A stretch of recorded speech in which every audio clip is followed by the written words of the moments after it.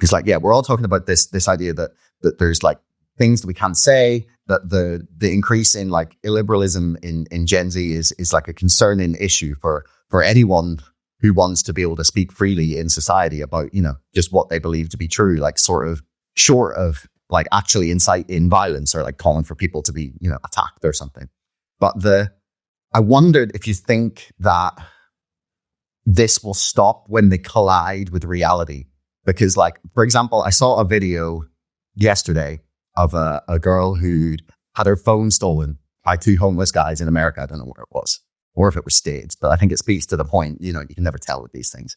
But she was basically just being like, yeah, but like, I'm a good person, you know, please, like, just, you can steal from a rich person, but, you know, please just give me my phone back. I'm a good person. And I thought, I was like, are we reaching a point where like the consequences of the policies that people have openly backed because it's the right thing to do, quote unquote, will collide with, the people who've been pushing them, and that they'll maybe think, oh, actually, there was like, maybe we shouldn't have done that. Like, do you think that there's because they always say that, you know, the older you get, the more conservative you get. Like, is that likely to happen in your mind? Like, will they change their mind? Because like, I've changed my opinion since I was 19. Like, I'd find myself insufferable if I talked to 19-year-old Joe. I mean, I was always still willing to like talk to people who I disagreed with, always, but no, I've changed my opinion on a lot of stuff as I've, you know, been in the world and encountered like what the world is like. It just happens. Like, do you not see that happening with the next generation? Yeah, I kind of do.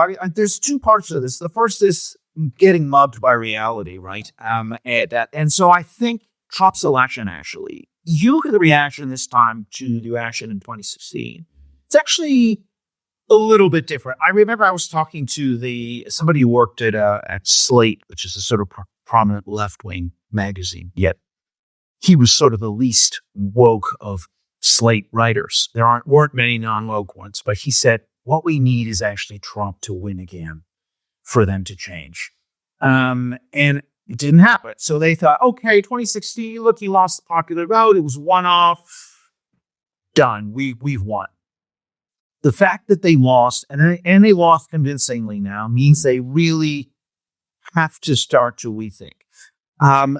So you talk about the consequences. So again, it's not just about woke as culture war and a battle over ideas.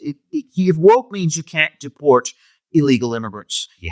If woke means you can't put people in jail because of defund the police and decarceration and these sorts of narratives, then you're going to have skyrocketing crime. You're going to have out of control illegal immigration. You're going to have falling educational status. You can't get rid of poorly behaving pupils if they happen to be more likely from one race or another. So now what you've seen is a revolt, and the revolt's actually happening in the heart of the bluest of blue cities, the New Yorks, the Los Angeleses, all of the working class who tend to be non-white in these cities. That's where the biggest shift to Trump has been. It's been Hispanic, black males, Asians in the New Yorks and Los Angeles and other of these cities have moved. They've gotten rid of these progressive district attorneys in places like San Francisco.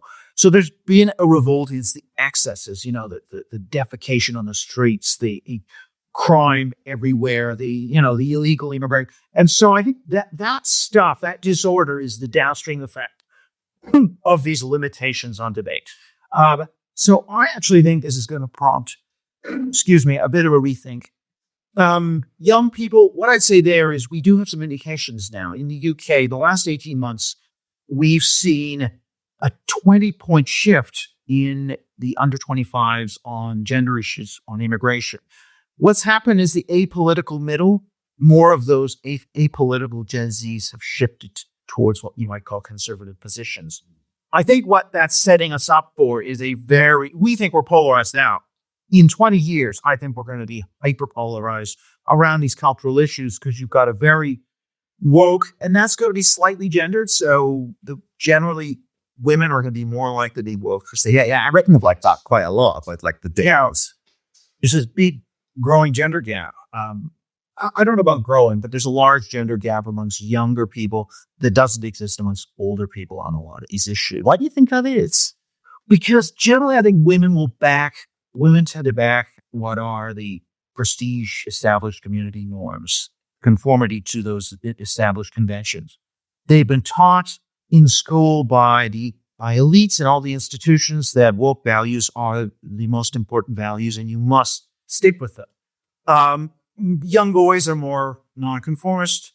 They've rebelled against this to a greater extent. And so what we're seeing is this very big divide. I mean, the gap in Canada and US and Europe, or certainly in Britain, questions around political correctness, you see like a 40-point gap between young men and young women. So if you run that clock forward, now, of course, there's a whole question mark, and I'm not dating and I'm not on dating apps, but, one of the issues is with such a woke and progressive women and increasingly right-leaning young men, what's that going to mean for dating when It's going to mean guys are going to lie.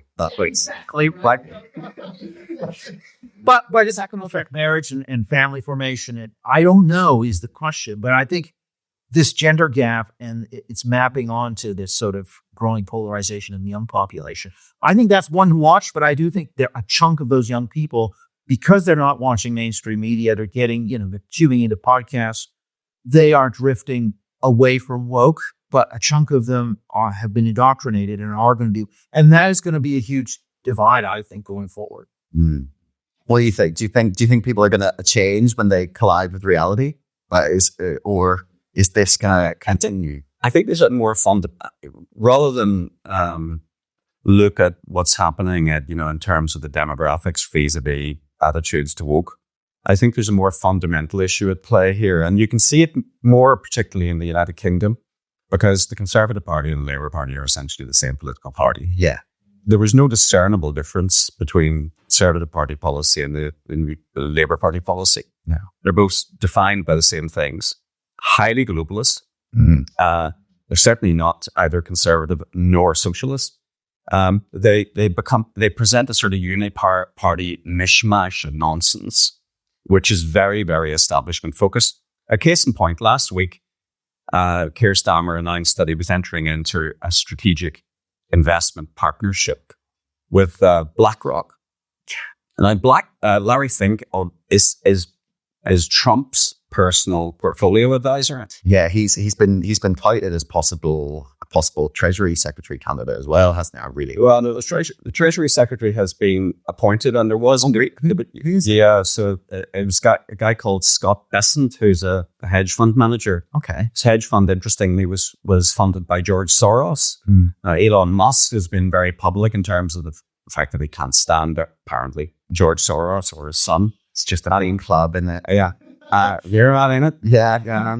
And so, but Fink is a case in point. Yet clearly, there is no real discernible difference between BlackRock and the Fed any longer. BlackRock is the Fed, is the US establishment, and of course, he doesn't care what governments or what flavor of governments are in power. Now, to put things in perspective, BlackRock has over $11 trillion under management. Yeah.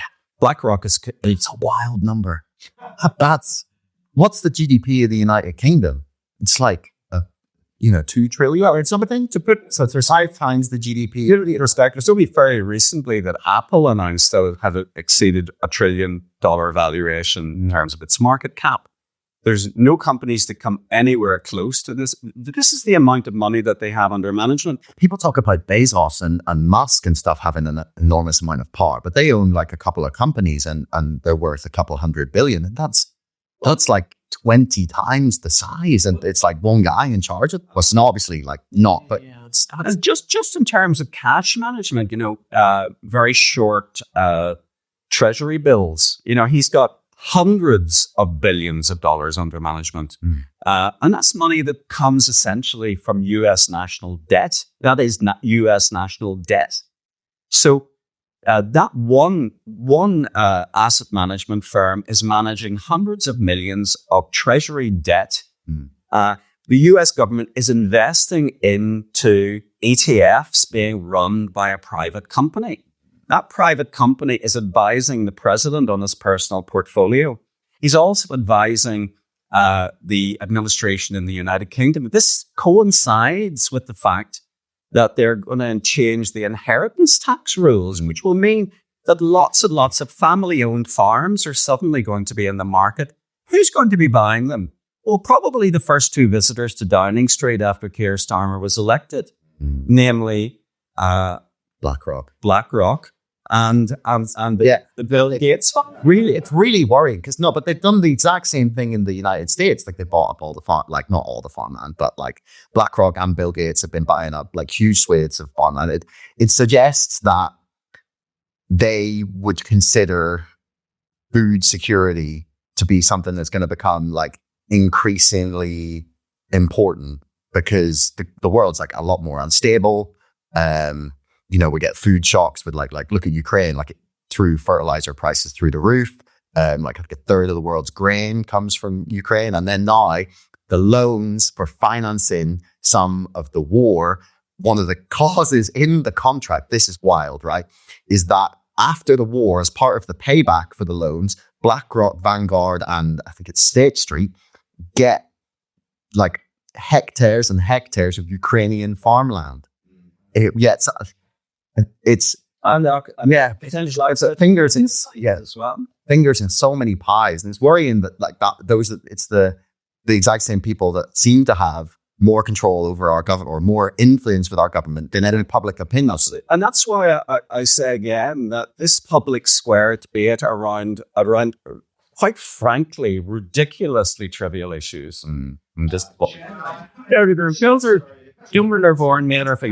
well, a few exceptions, but in fact, there aren't even any exceptions. There are gender dysphoria. Typically, they're going to have one set of chromosomes or the other. So the fact is, it is something which is patently ridiculous, anti-scientific bullshit. There is no other way to describe it.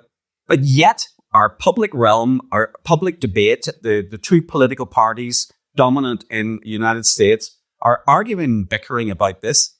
But of course, there's another straw man being set up. It's now that Trump is in office, and potentially Nigel Farage in office, come the next general election in the United Kingdom. No, it's no longer going to be about the woke debate versus Trumpism. It's going to be about digital identity, because Trump is saying that, he can't put up with the fact that there's so many illegal immigrants coming across the border. Farage is ranting on about the fact that we're getting 900,000. Yeah, that's rough. Those are illegal immigrants. We don't know how many illegal immigrants have come into the UK. So the big focus of debate and discussion within the political parties is going to be around immigration, and that was the case. That's why Farage wasn't allowed anywhere near the Vote Leave campaign, because the Vote Leave campaign was pretty purist. Do you run a business of any kind? Do you want 25% off up to 20 taxi rides? Well, if you sign up to Bolt Business with my promo code, that's exactly what you'll get. You don't have to use all 20 rides, and you can use it for your own business rides or for your employees. It couldn't be simpler. Follow the link in the description and use the code BB25OFF20 to get 25% off 20 taxi rides today. That's BB25OFF20. Hey everyone, thanks for making it right the way to the end of the podcast. I love that you tuned in this long. Do me a favor, hit subscribe, because 80% of you bastards are not subscribing, but you're watching my videos. See you next time.